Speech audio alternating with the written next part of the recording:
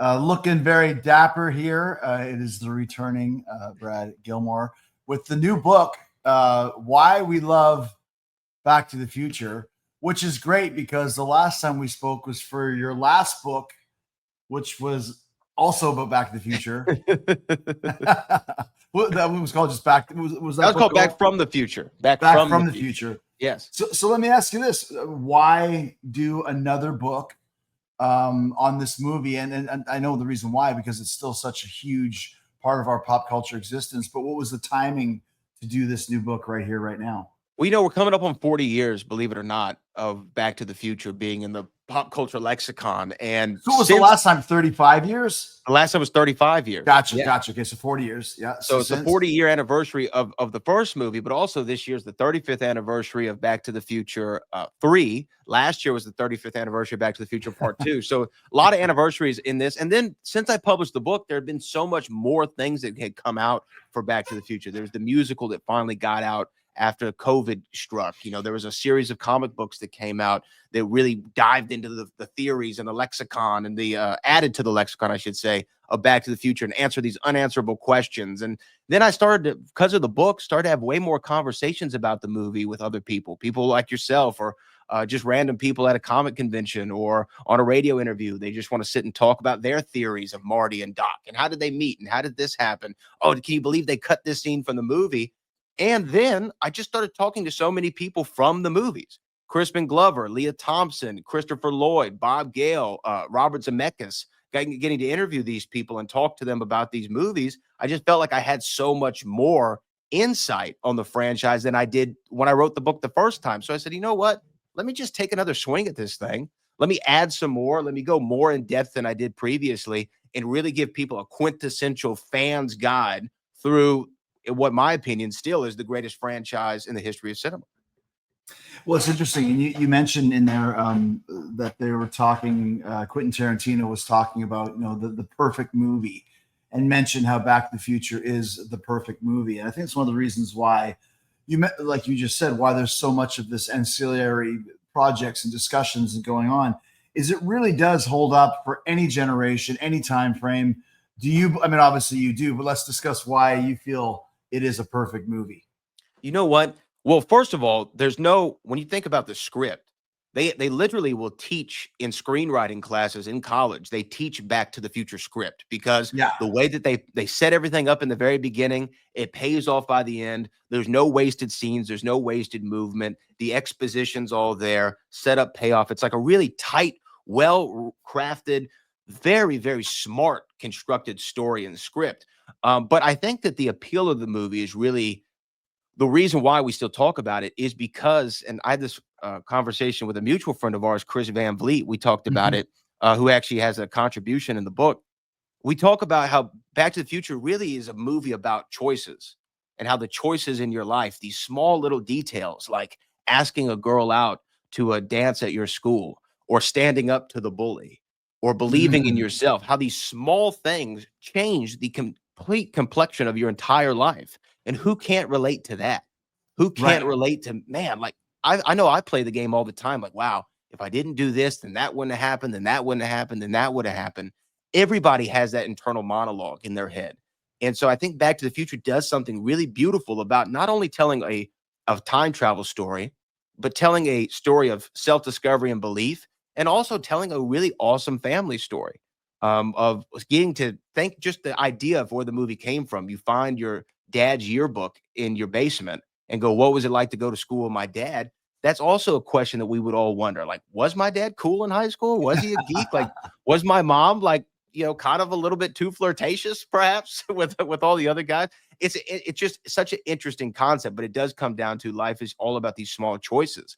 And that's why I think these movies just stand the test of time, especially the first one. And I agree with Quentin. It is a perfect film. There's nothing you can say, oh, they could have cut 15 minutes out of it. How many times do you say that out of a movie? Like, man, they could have shaved 15, 20 minutes off. It would have been really, really good. This one, it's like, what do you cut? You can't cut the clock tower scene. You can't cut him performing Johnny Be Good. There's no like fat there. And so, I just feel like that's why it's perfect. I think too, it's one of those things where and I'm saying this with the utmost respect, and you'll get where I'm coming from in this. I think with Michael Fox's condition now with the Parkinson's, and we see him, and you see him in Back to the Future as this top of his game actor who had his career not been cut short by his disability, what probably would have been even double. So I can't even imagine what a adult aging Michael J. Fox, the parts that he could have played, and then the things he would have done. So it almost is this great point in time where he was at his peak, and just a few years later started feeling the effects of his disease. So I find it is kind of a time machine in that, to go back and watch Michael J. Fox just crushing it as this amazing role in the midst of many great ones that he played in this time frame. Well, I mean, yeah, because he's coming off of Teen Wolf, but he's still on Family Ties, which was the number one show. He was the most popular character on this show. He was kind of the American, or the North American icon, really. And you're right, peak of his powers. Because after the Back to the Future trilogy, he had some shows. He had Spin City. He did a few movies. Greed, I think, was one of them. Doc Hollywood. There was like a few things that he did. Yeah, Secrets of My Success. There was a few things that he did. He voiced Stuart Little, right, which was a really popular movie at the time. What was the war movie he was in? Or was it a more serious role for him? I know exactly what you're talking about. It'll come to me. It'll come to me. But these were peak of his powers, were the Back to the Future movies, and really for the entirety of the cast. This movie was so popular. I mean, Christopher Lloyd had went on to do several things. He was Jim Ignatowski in Taxi before this. But people think Doc Brown. He was Professor Plum in Clue, which is another favorite 85 movie of mine. I love that Clue, the movie. Nobody remembers him as Professor Plum. Everybody remembers him as Doc Brown. He went on to play Uncle Fester. He's about to play Uncle Fester again. Casualties of War. I just saw Casualties of War. Yeah. But he went on to play Uncle Fester again. But see, people still think of him as Doc Brown, no matter what he does. And it's really Lea Thompson, Crispin Glover. You can go through them all. Tom Wilson. They're all remembered for this movie. And Robert Zemeckis has gone on to put out incredible films, including Castaway, Forrest Gump, Flight. He just did Here last year, which was a really great movie with Tom Hanks again. But people still want to talk about Back to the Future. This is the peak of everything. Let's get into your book, because you got a lot of different subjects and topics. But you mentioned already the musical. I love, so you were saying that, let's talk about the musical. It was supposed to come out before COVID, then went down. Now it is actually out. Yeah. They had been planning this musical like since the early 2000s. The idea had been getting thrown around, and they were ready to do it. They were ramped up. They actually started the previews over in the West End, across the pond there. And then COVID struck. So after, I think it was about a week of previews, the entire production shut down. And this dream that Bob Gale and the team of Back to the Future had of bringing this to a stage musical was vanished. It was gone, because like everything else, the world stopped. Not only did the NBA stop, Back to the Future, the musical stopped. I think the only thing that didn't stop was wrestling. Exactly. That was the only constant, and it never will stop. Right. But so, they had to go through it. And then in 2023, it finally made its way stateside. August the 3rd, they had their official Broadway debut at the Winter Garden Theater, after a lot of time putting into this musical. I mean, they had different creative teams going to try to cast. I mean, because here's the thing. Yes, there are movies like, let's say, we've talked about James Bond before. Hey, we've seen other actors play that role. Batman, we've seen other actors play that role. Superman, same, Spider-Man, whatever. For this movie, we've never seen anyone else tackle the roles of Marty McFly and Doc Brown. So to have to go through that casting process and find the right person who can do kind of an imitation of some kind of what we saw in the movies, but actually bring it to a fresh stage. Right, not a parody, right? Yeah. Not a parody. And that's like a really tough line. It's like, you want to give people the characters that they know, but you don't want it to come off as, like you said, a parody of itself. So to be able to do that, and then to think about adapting it into a musical, because we think, oh, they can just do the movie on stage, right? Well, no, you got to figure out when's the right breaks for songs. What songs do we sing? How can we turn a particular scene into a song? What makes sense? And then how do you have a flying DeLorean in a musical? How do you have, Libyan nationalists chasing you down with a rocket launcher? Spoiler, you don't. How do you have a dog? how do you do all these things? And to me, when I went and saw the Broadway production of it, and Chris, I don't say this just as a Back to the Future fan. I've seen a lot of Broadway shows. I've seen a lot of live entertainment, and the production value on this show was incredible. I mean, just the way that a DeLorean appears on stage within a split second, and it does fly over the crowd. Spoiler alert for everybody out there. I mean, they made changes to the story to fit the stage, but I feel like it is we're never going to get it Back to the Future 4, according to Bob and Bob. But this feels like the best extension of the franchise, since Back to the Future Part 3. What differences to the script? I know that there's a little bit of a different ending, I heard. So the ending is different, and I actually think that it kind of works. I don't want to say it works better than the original, because it's hard to say anything does, but it's on the same level of it. So as opposed to, you remember in Back to the Future 1, at the end, Marty comes back. He's got the truck in the driveway. Yeah. The house is a little bit nicer. He and his, Crispin and Lea Thompson, they're thinner and they look more successful, and the furniture's better. And then he gets his new book, his first novel, A Match Made in Space, and all these things. It's a little bit different. At the end of the musical, we come back to the Hill Valley Clock Tower, into like the town square, and it's George McFly Day, because George McFly's written a check to help save the clock tower. And because he's this successful author with this series of books. And the book that he has at the end of the musical is not A Match Made in Space. The book that he has is Back to the Future 4 is the name of his book, because he had a series of books called Back to the Future. And Back to the Future 4 is the nice little cherry on top. So it definitely nods to the fans who always wanted a Back to the Future 4. And I guess that's the closest you're ever going to get. What kind of a fan base was at the musical? Like, what kind of a crowd did they have? So that was what was kind of the most beautiful thing about it, was all kinds of folks, right? Young, old, but I saw a lot of dads and sons. And there was this actually a dad and a son right in front of me and my wife. And the break comes for the intermission. The kid is just so enthralled, and he turns to his dad. He must be 5 or 6, somewhere in there. He turns to his dad. He goes, "This is the coolest thing I've ever seen." And his dad goes, "I know, right?" And they had this beautiful father-son moment of bonding over this movie and this musical. And I thought to myself, how many times has this happened when somebody shows the movie to their kid? Right. Sure. Like, this is the coolest thing. And just as a way Bond is like a father-son thing, in my opinion, so is Back to the Future. And it's a family thing. But really, if you show this to, I remember showing it to my nephews, and they're like, "How have I never seen this movie before?" Because it has everything a kid would love about it, whether it be the musical or the films.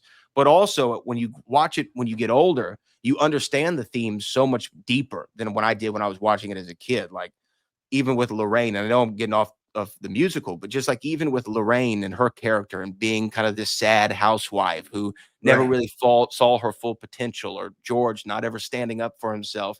When you're a kid, you can understand that. But as you get older, you really understand the pathology of the characters, which also makes this film, I think, also rewatchable. It makes this story, not just film, makes this story so entertaining and so rewatchable for people of all generations. So you had everybody out there. And I'll tell you what, I've never seen a busier merch stand.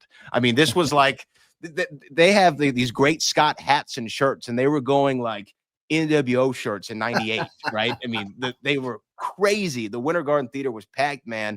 And I'll tell you, it was as a longtime fan of the movies, I was very skeptical of a musical.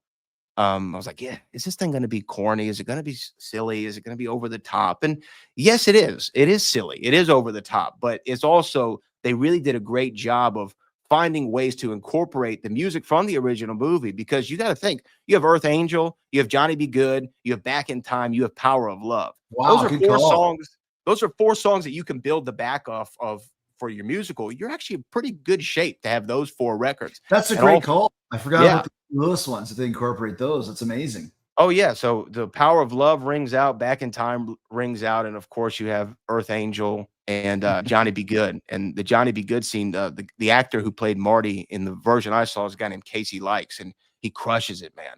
He crushes it. When he walked out on the stage, it felt like, it felt like Freddie Mercury, back in the day. He just captivated this whole audience. It was like Freddie at Live Aid, man. It was insane. Did they write any additional songs for it? Like, is there like a Goldie Wilson solo or anything like that? Yeah. There's a lot. There is a Goldie Wilson. There's a at the beginning of the second act, there's this whole thing of Doc Brown talking about what the 21st century is like, and of course, there's the joke like, "Don't go to 2020, whatever you do." And then, right. Actually, one of my favorite songs of the musical is when Marty goes back to 55 and reveals to Doc Brown, "Hey, you invented this time machine." There's this whole musical number of "It works. I can't believe I invented something that works." And they make a whole song out of Doc Brown's failed inventions and finally making something that works. It's interesting, just as we were talking, I've never thought about this before, but you mentioned how, going back to see if your dad was cool in high school. It's funny because the reason why Marty is the way he is, which is kind of a chip on his shoulder, go-getter, is because his dad is the exact opposite. And because Marty was kind of put in the same category as his dad, he rebelled against that. Then he goes back in time and turns his dad into what he is, which then makes his dad successful. So it's very reciprocal. Well, and the other interesting thing, though, is there's always been this debate. We talk about Back to the Future being a perfect movie, but there was a debate that Marty McFly's character never had an arc in the film. Like, he's essentially the same person at the beginning of the movie that he is at the end of the movie. And they say, well, that's in the sequels. They made him, he didn't like being called chicken and he was a hothead. And that was how he's going to, have this character arc. But I talked to Bob Gale and we actually have a conversation about it in the book, that Marty actually does have this character change in Back to the Future 1, because if you remember, Jennifer, his girlfriend, tells him, "You need to send this demo tape into the record companies." Right. And then he goes, "What if I'm no good? What if they say no?" Which we hear George say later when he's talking about his science fiction stories. What if they say no? And there was actually a bit in the script where you see Marty dropping his demo tape into the mailbox. But because of George getting over his fear of rejection, by happenstance and kind of through the fabric of time, Marty also learns to get over his fear of rejection. So there is a character arc in that first one, and then they expanded obviously going forward. But you're absolutely right. Marty was the influence on his dad to help his dad stand up to the bad guys so that, he wouldn't have this fear of rejection that, Marty doesn't want to have in the future. It's confusing, but you understand what I'm saying. And of course, and it's one of those great parts of the movie. Yeah. Do we see Marty drop the demo tape in the mail? We don't. But if you look in the movie, whenever he wakes back up in the now new 1985, you can see a manila envelope like on the kitchen desk there, or the kitchen counter, that they were going to have him drop in the mailbox to kind of show that payoff. So let's talk about this. You said that you talked to Bob Gale, one of the producers of the film. How did you end up talking? Were you interviewing him just in general? Are you tracking down these influential people just for your own personal knowledge, or were you always planning on doing another book? No, I wasn't planning on to do a new version of the book. But what happens is, with my day gig being on the radio and in Houston, I'm a part of a local television show where we interview, the whomever is in the movie junkets, the Matthew McConaughey's, the Tom Hanks, the Kevin Costner's. And, luckily you just find yourself like, "Hey, you want to talk to Bob Gale? He's got a new book out about Back to the Future." And it was called Doc Brown's Workshop and all this. So I was like, yeah, I'd love to talk to Bob Gale. And so now I'm like, I have this litany of questions I want to go through and know all the answers to, and all the small little details of the movie. And same with Crispin Glover or Lea Thompson or Christopher Lloyd. Christopher Lloyd was doing something for the Discovery Channel about Back to the Future. And they were like, "Hey, do you want to have him on and you talk about Back to the Future with Christopher Lloyd?" And I'm like, no, I don't want that. Of course not. Right. And so I started to have all these conversations. And then last year, there's a big comic convention in Houston every year called Comic Palooza. And their headliners were Michael J. Fox and Christopher Lloyd. Wow. And yeah. And so it was like a really awesome opportunity. And I got to go in there and actually meet them in person and not really share long conversations or anything, but actually meeting them and actually seeing them live and in living color. It did change kind of something for me. Like, man, I feel like I have more to say on this story. And that was the impetus last year to go, you know what, let's go back in the book. Let's make this thing the quintessential version that I always wanted it to be, with more information. It's not just those guys. I mean, I talked to Claudia Wells, who played the original Jennifer Parker, Don Fullilove, who played Mayor Goldie Wilson, Harry Waters Jr., who plays Marvin Berry, who sings the Earth Angel song. Everybody I could. Jeffrey Weissman, who actually took over for Crispin Glover in Back to the Future 2 and 3, and he was kind of the actor they tried to make look like Crispin, and there was the whole controversy of that. Just getting everyone's insight on why they think that this movie is, this film franchise rather, continues to stand the test of time. So so talking to Gale and all these guys, it's talking to you is crazy to me still, but talking to them as well, like, it's amazing where the life takes you, and to have these conversations, and to be able to talk to the people who did it and made it and brought it to life, especially Bob Gale, who this whole thing was his idea. When AEW was first starting, we went to Madison Square Garden for a Ranger game to kind of promote AEW, whatever, maybe the New York market or being on TBS. And Michael J. Fox was there as well, just kind of a couple, sections down.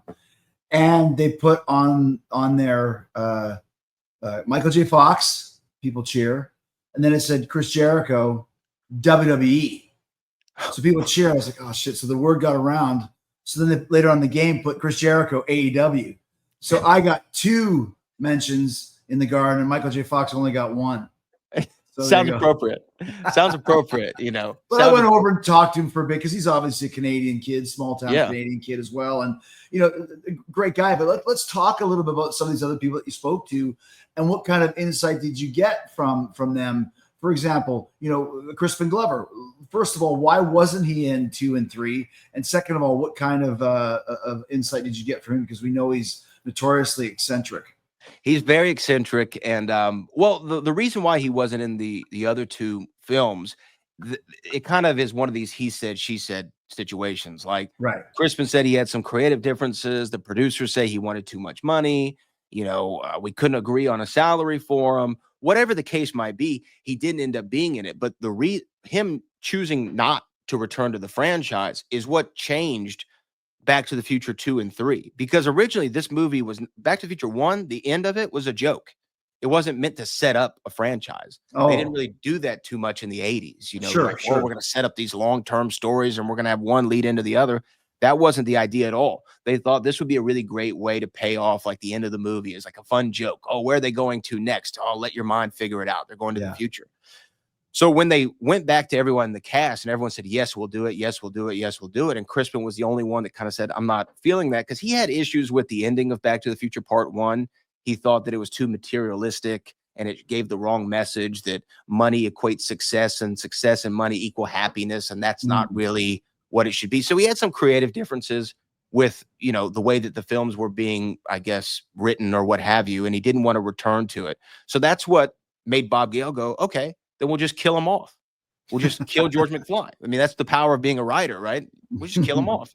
And so that's why when they go to the Biff horrific period, the alternate 1985 and Back to the Future Part 2, that's why George McFly is dead and, Biff killed him. And that's where the idea came from. But they had to get this actor, Jeffrey Weissman, who really was in an unenviable position. Like, you have to come in, you have to kind of act like Crispin Glover. We're going to try to make people think that it's Crispin Glover and not really you. Right. We're going to bill you, but we want people to think it's Crispin. And they even edited in scenes from Back to the Future Part 1 and Part 2 to kind of continue that illusion. So he has a really fascinating story, because he and Crispin were friends before this. And, then there was a whole lawsuit that Crispin Glover filed because they used his likeness and his life mask. And I know you've been on a lot of films, and I'm sure they've done the life cast of your mask before to do, whatever. Now they do it digitally, but back then they would do it with, like plaster or whatever it would be, and the resin or what have you. So they have this life mask. So they were able to actually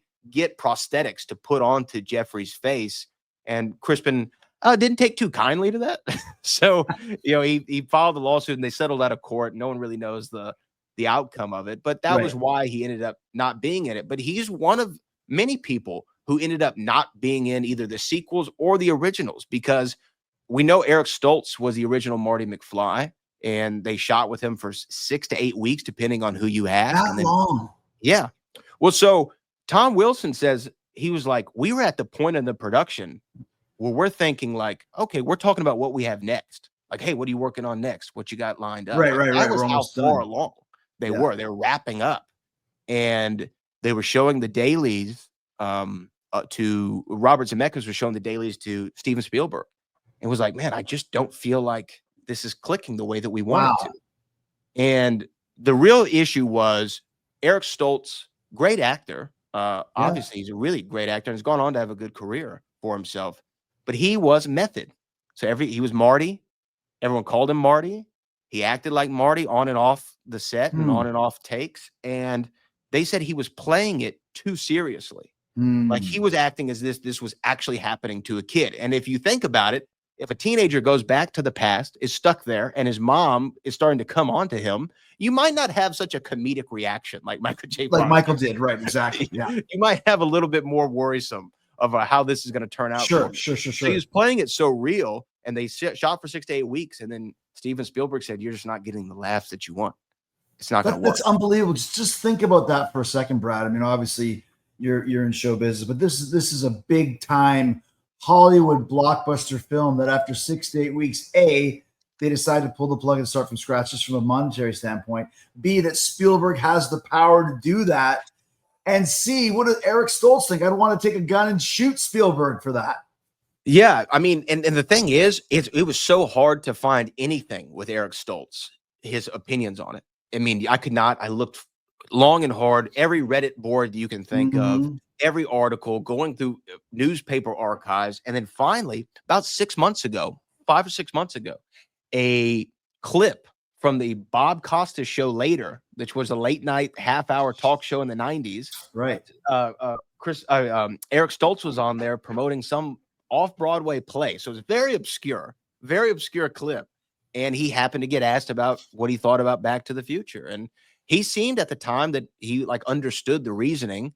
And he said it was tough medicine to take, but it actually made him a better actor because of it, which I think is the most healthy way to look at it.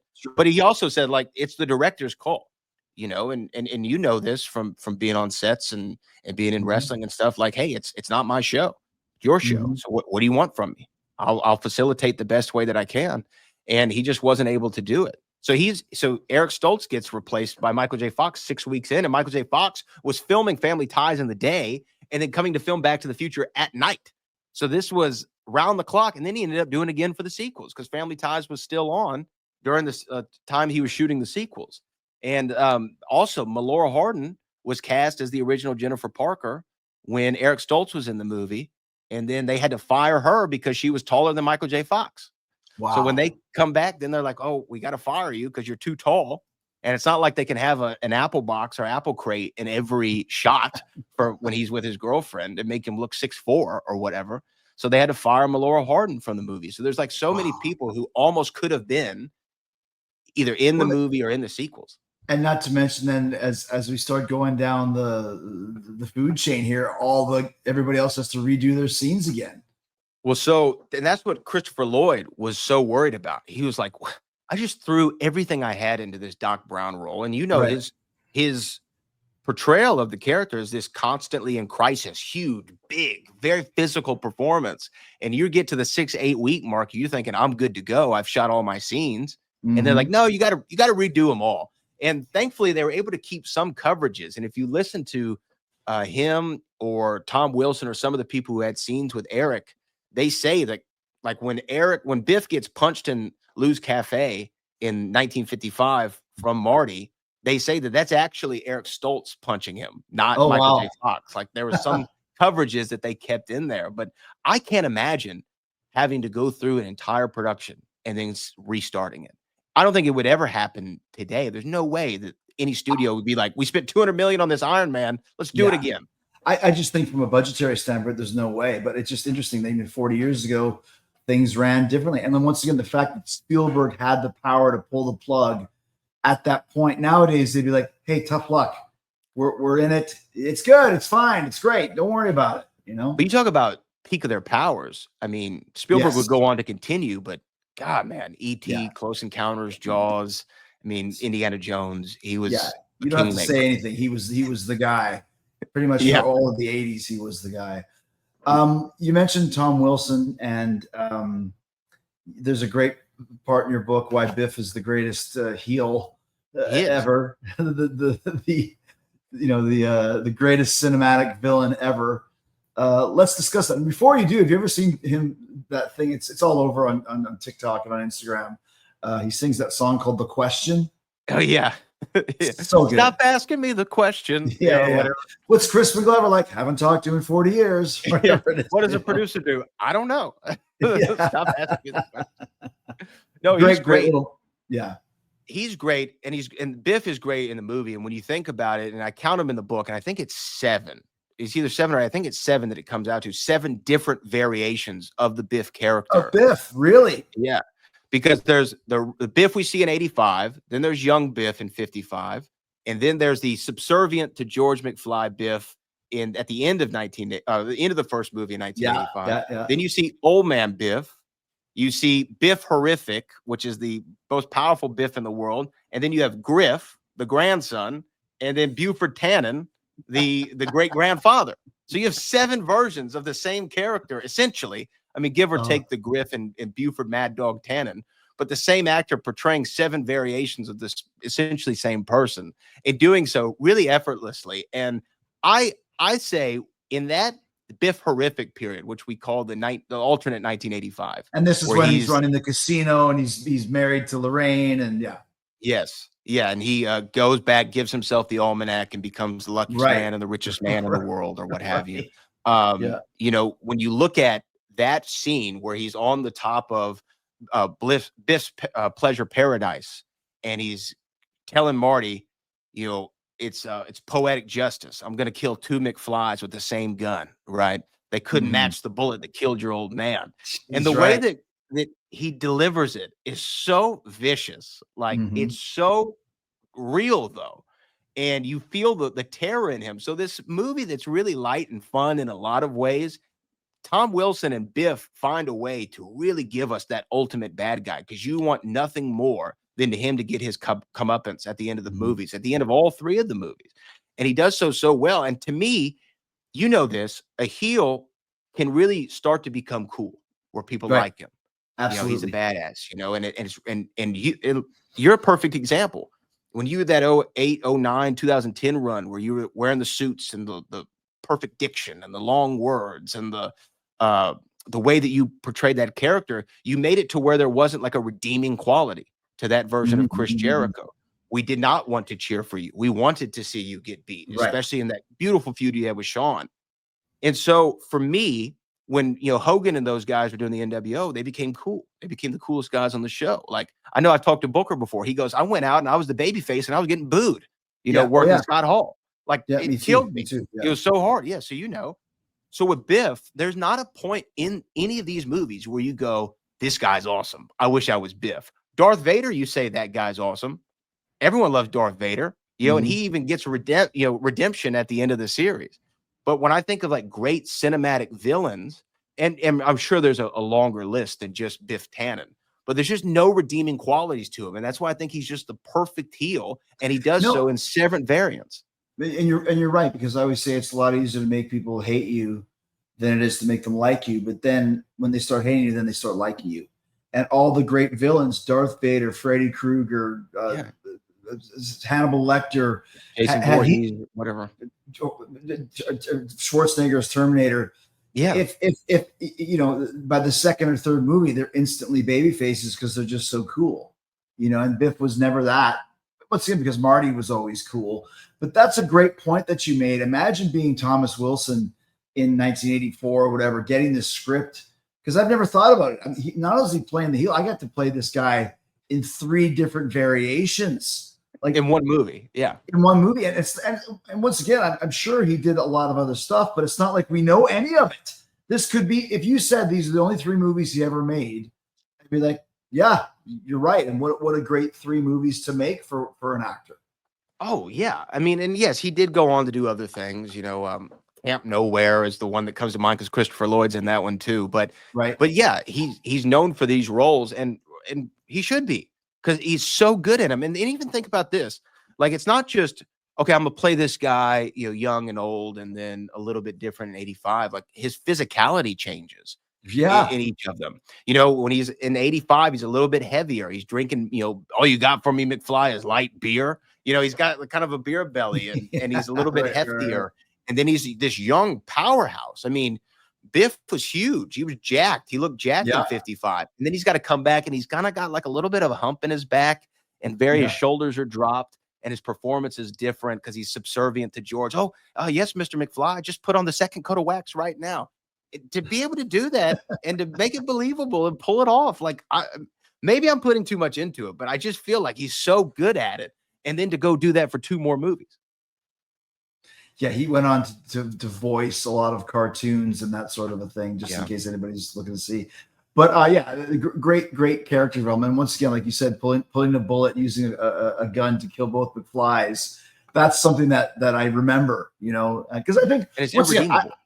Yeah, exactly. But I watched Back to the Future probably on an annual basis. 2 and 3, not as much, but they're both, you know, once again, they're not as good as 1, but they're pretty. You're talking about a real case for one of the best trilogies ever, right up there with the original Star Wars trilogy and the initial Indiana Jones trilogy as well. Well, and I call Back to the Future a pure trilogy because, you know, the Star Wars Skywalker saga has 9 movies. The Indiana Jones, now we just got the 5th one. What was it, a year or 2 ago? Back to the Future has been 3 movies, and that's all it's ever been, and it's all it ever will be.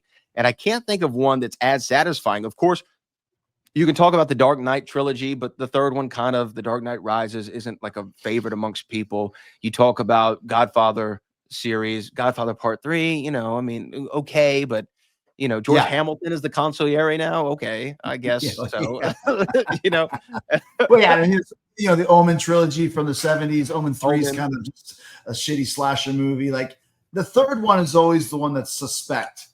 But Back to the Future, Back to the Future gets that too, though. People don't like the 3rd one as much, but it's stronger as a 3rd part of a series than most. I mean, you know, maybe not Return of the Jedi or a Holy Grail, but it's still pretty damn good. It's good. And you know what? Back to the Future 3 is, like, to me, more like Part 1 because it's Marty and Doc. They're stuck in the past. Yeah. There's no obvious way to get back to the future. They've got to get inventive. And then all these things end up happening. Whereas Back to the Future Part 2 is fun. And really, I don't think I've ever seen a movie like it. And you're a cinephile, so maybe you could tell me. But I don't remember a movie where half of the movie, they go back to the original movie and then see it from different perspectives and reshoot all that and make it feel like Zemeckis at this time has to be on a creative high because he's coming off Romancing the Stone. He's going into Back to the Future 1. Then he goes into Roger Rabbit, which I can't imagine how difficult of a technical challenge that was in 1987, 88 when that movie came out. And then right into the Back to the Future sequels.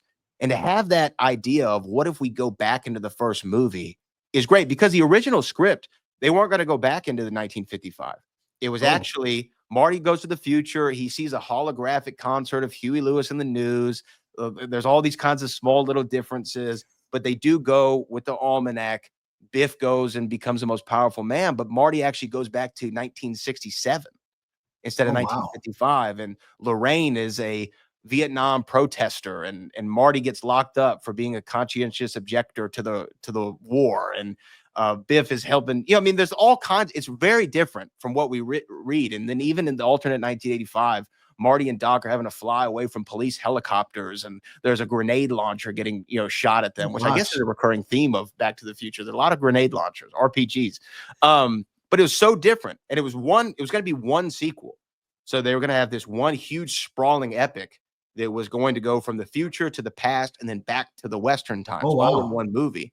And then, the studio was like, this is a long script, and I don't think we need a 4-hour follow-up to Back to the Future.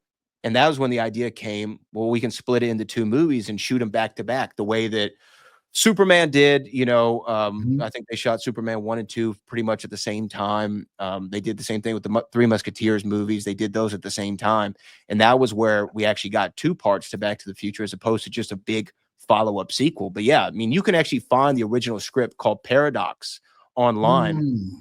And you can read where they were going to go with it. Very different. And the original Back to the Future was different. The first version of the script is Marty McFly's a video pirate. who's ripping off movies and filming them and selling them on the black market. And he ends up finding the secret to the flux capacitor is Coca-Cola. He knocks some Coca-Cola in the flux capacitor and it works.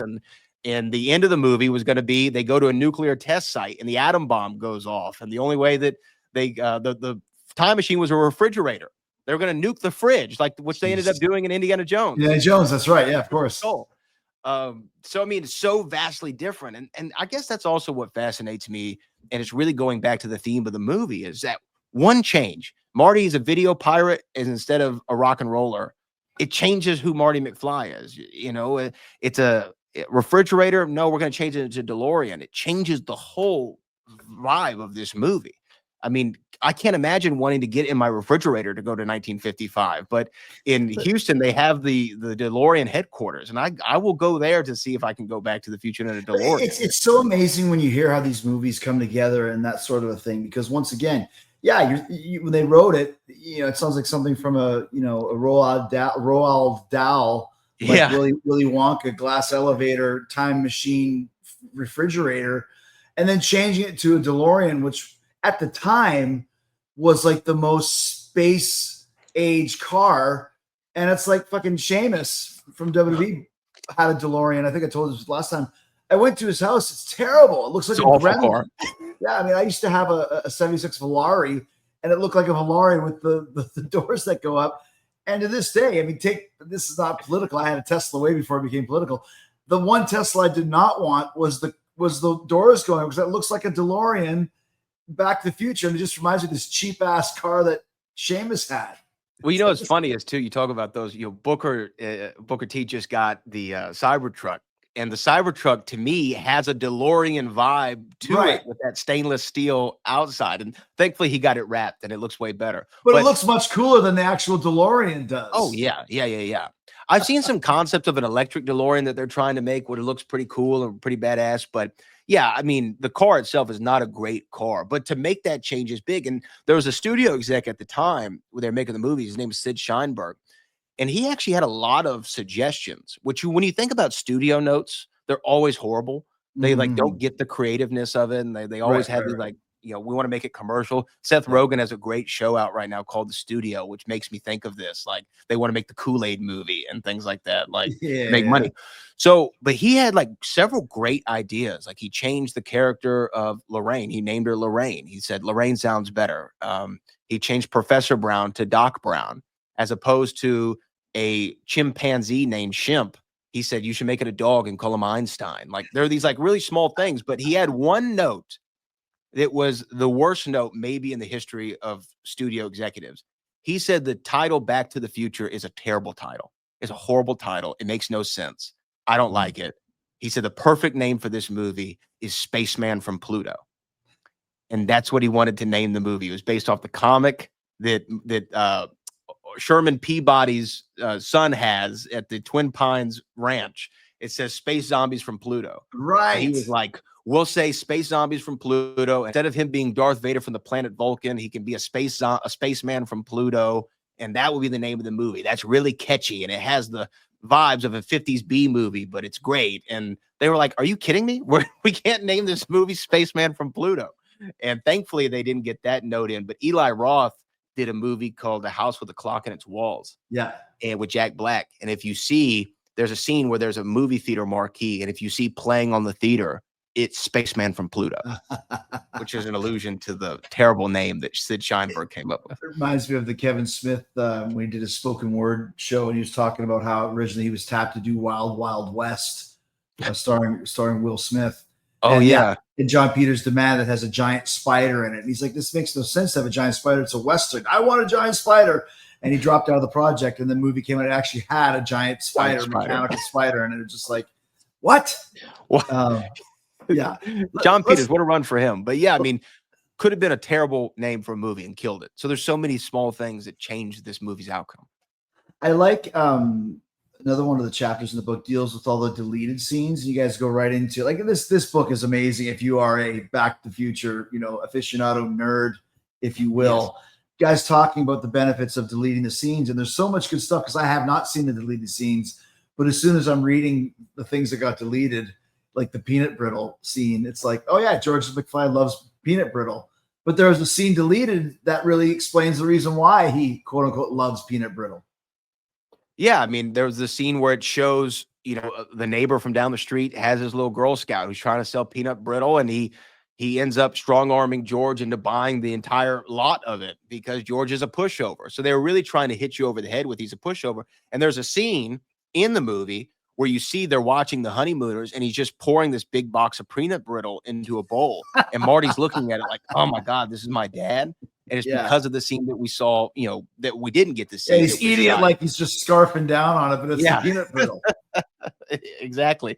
And that's what, like, again, there's so many of those, and we only highlight a few of them in the book, but there's another chapter where we talk about a deleted scene from Back to the Future Part 2, where Biff, as the old man, comes back after stealing the DeLorean. And he comes back and he disappears. In the movie, you just see him sitting there. And it looks like he's been through a hard time. Like, I guess time travel takes it out on an old man. But in the deleted scene, he disappears. And I thought, man, that would have been such a great scene to leave in the movie because it shows you something happened to Biff in the past. Like, he went and altered it, and now he's disappeared like Marty was disappearing in the first movie. And they left it in the cut all the way through the test screenings. And then test audiences, they said they were too confused by it. So they took it out. But for me, I'm like, wow, this is a scene that shows you that even though we know he goes on to become the richest man in the world and marries Lorraine and all these things, still, it doesn't pay off for him. All the money in the world, something changes in his life where he dies earlier than expected. And I thought, man, that was such a scene that you probably should have left in the movie. But who am I to say? But I just think about these things too hard. But you characterize it as a near fatal flaw to take it out. Yeah. Why? Well, because to me, when taking it out, again, it doesn't highlight, in my opinion, the seriousness of time travel. Because we're just assuming Biff goes and he gives the almanac, and now he's the richest man in the world. So, yeah, in 2015, he's going to still be the richest man in the world. But if you leave that in and he disappears, we know that it doesn't pay off for him. Like, our heroes are going to figure it out. And actually, I asked, there's a guy named Stephen Clark. He runs backtothefuture.com. And I asked him, like, what does Bob think about this, scene? Why did they take it out? And again, they said it was because it was confusing. But Bob's explanation of why Biff disappears, Bob Gale, that is that Lorraine ends up shooting him in the 90s. Like, I don't know where he comes up with that, but that's his idea. Lorraine shot him in the 90s, and that's why we don't see him in 2015 in this alternate timeline. But there's just things like that, just to me, that as a fan who probably spends way more time analyzing this movie than the normal person goes, wow, you could have left that in. It would have been great. But obviously, the Bobs know best, and the movies were great anyway, with or without these scenes. I mean, you do raise a good point, because that was kind of the big, race against time in Back to the Future, was Marty starts getting weak as his picture gets thinner and thinner, faded more and more. We never see that again, in especially in part 2, where anybody's, it would have been cool to see kind of a minor character fade away and disappear. Well, because it reinforces that time travel has real consequences. Right. More so than, and they try to do it in 3, where the name of the ravine is different. It's not Shonash Ravine, it's Clayton Ravine. And then Clayton doesn't go in there. Lone Pine Mall. Lone Pine Mall, right. Yeah. Like those things. And like they do it in small ways, but to me, that was like going to be a big exclamation point of, wow, this is how, this we're reinforcing for people who may not remember. Because in the 80s, it's not like you could go stream Back to the Future right before Back to the Future 2. You had to either go rent the tape or own it or what have you. And, you couldn't maybe remember that, oh, wait, what was Marty? Why was he disappearing? I'm not sure. And to me, that was like kind of restating the consequences of time travel. You have another great chapter in the book, talking with the music, the power of love and music. And we mentioned it kind of in the Broadway play, how the music comes in. Talk about the music in Back to the Future and just how perfect it is. And just how, I don't know if there's another movie that has a theme song that is so intertwined with the movie. Like, you hear the song, you think of the movie, you see the movie, you think of the song. And especially the power of love, because Huey Lewis, again, I think this is kind of a theme of of this conversation is all these guys seem to be at the peak of their powers. Right, This is right after sports. He's like one of the biggest acts in the world. And they go to him and say, we want to have you write a song for the movie. And he's thinking, I don't know what I'm going to really do. And when you think about it, Power of Love doesn't have anything to do with time travel. Nothing. Has nothing to do with the DeLorean. It doesn't really have anything to do with Marty. Back in time, more so, obviously. But Power of Love is the big song for the movie. And for some reason, it just works. And it's also, and I agree with you, where it's so intertwined with the movie. But also, Power of Love is a song that I hear it in commercials. They had a Deadpool and Wolverine. There's a whole in the montage where they're visiting the different Wolverines in different timelines. They're playing Power of Love during it. It's also a song that is intertwined with Back to the Future, but has a life of its own. And I would venture to say, I mean, maybe I'm wrong, but it's got to be Huey Lewis's biggest record. I don't think there's a bigger song than Power of Love for Huey Lewis, in my opinion. And he was the right guy at the right time, and it was the right song in the right movie. And it's, again, why everything just seems to click. So you have Zemeckis at the peak of his powers, Michael J. Fox, Steven Spielberg, Christopher Lloyd, Huey Lewis, and they all came together to make it great. And then you have just classic 50 songs like Johnny Be Good. Who doesn't know that song? Who doesn't love Earth Angel? They're great songs to have in here. And then obviously the music with Alan Silvestri, one of the best scores of all time. He's up there to me with John Williams, based just on this score alone, how recognizable it is to this day. And but Power of Love, Huey Lewis, you couldn't have found any better than that. Because again, this is the 80s where you're coming off Axel F, the huge, synth pop stuff. Even Fletch has a kind of a synth thing. I think Harold Faltermeyer is the guy who did those. And it would have been very easy just to have that in Back to the Future. This is the sound of the day. We're going to have this kind of synth pop music in here. It's the 80s.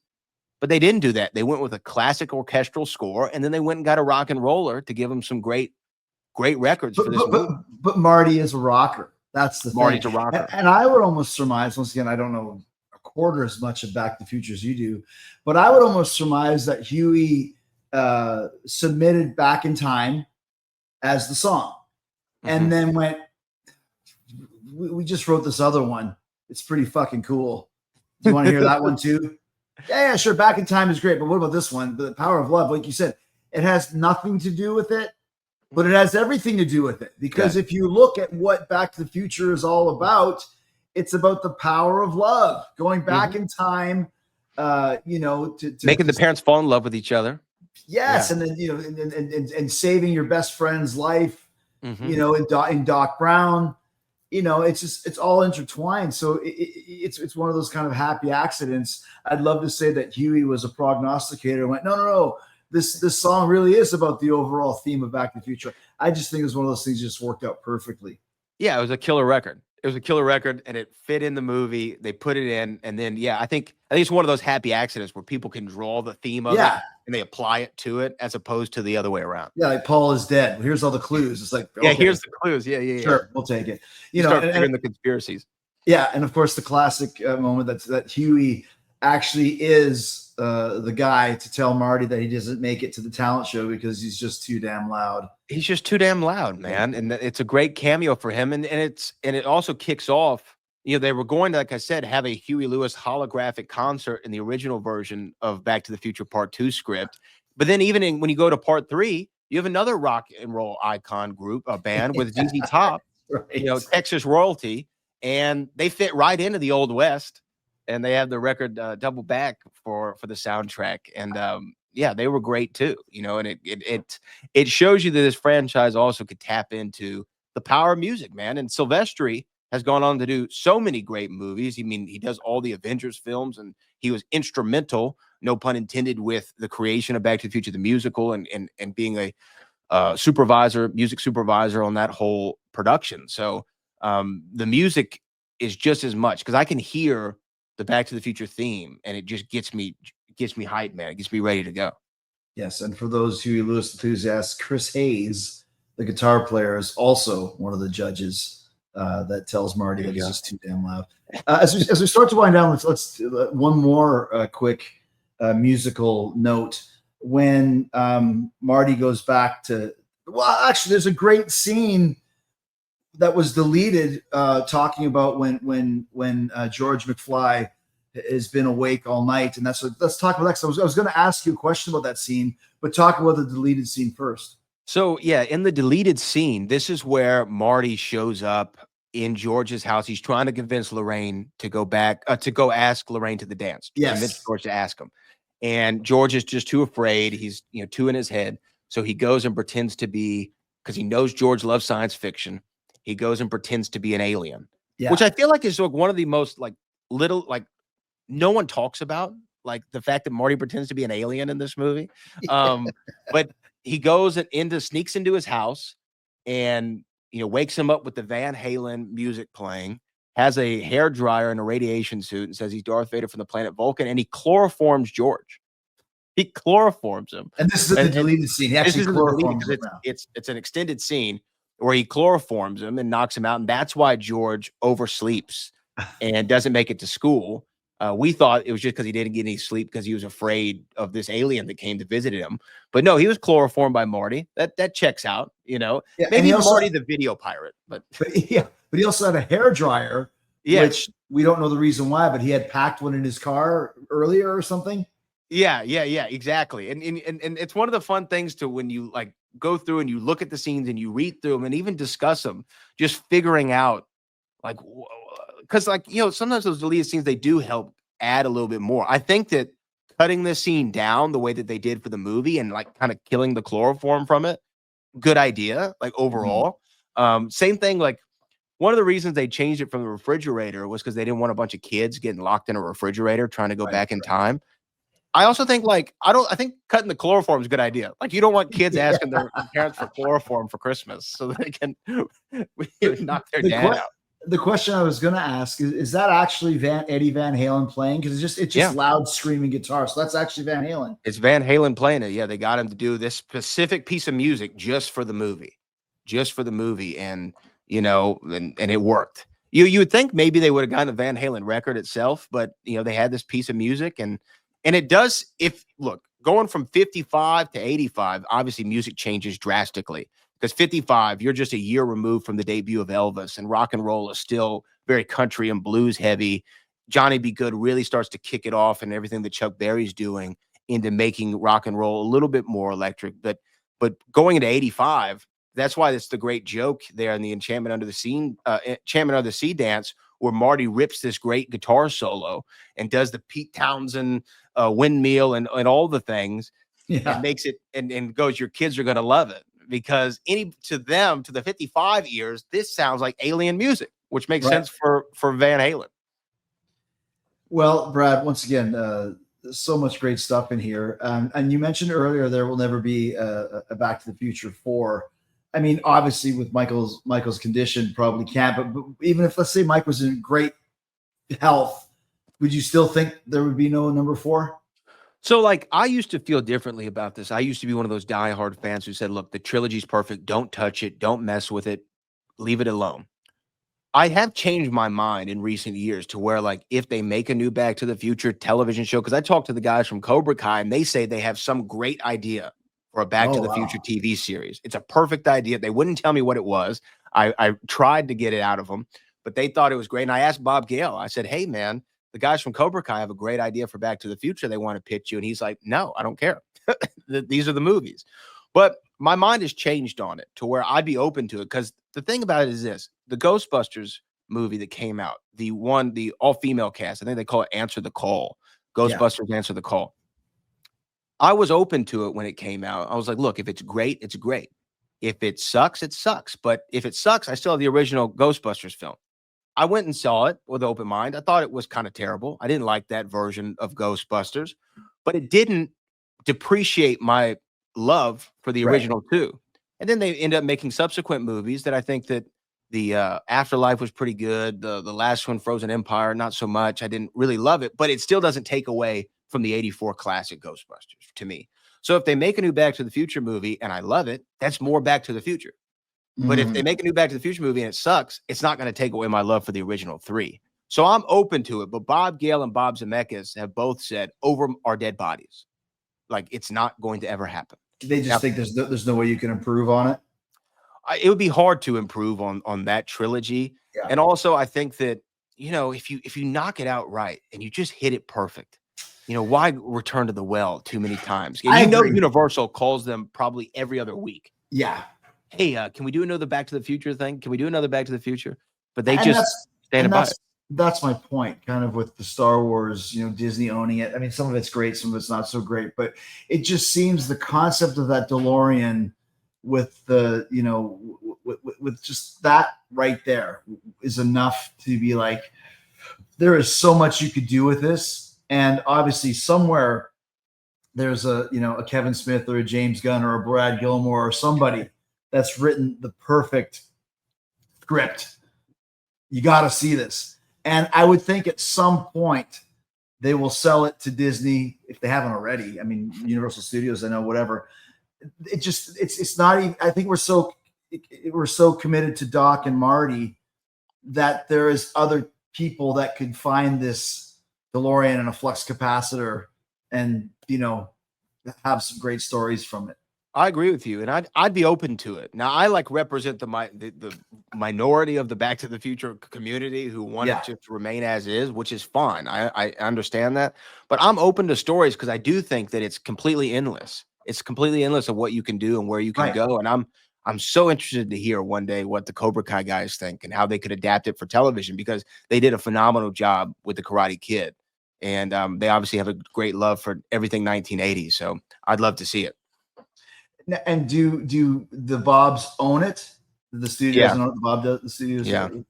Gotcha. They have the rights to it. They have the rights to make the story again if they want to, and they're unrelenting on it. And look, it's their decision. It's totally their decision. You know, maybe one day, you know, they said over their dead bodies. So, you know, unfortunately, one day that comes for everybody, and perhaps the family goes, "Hey, you know what?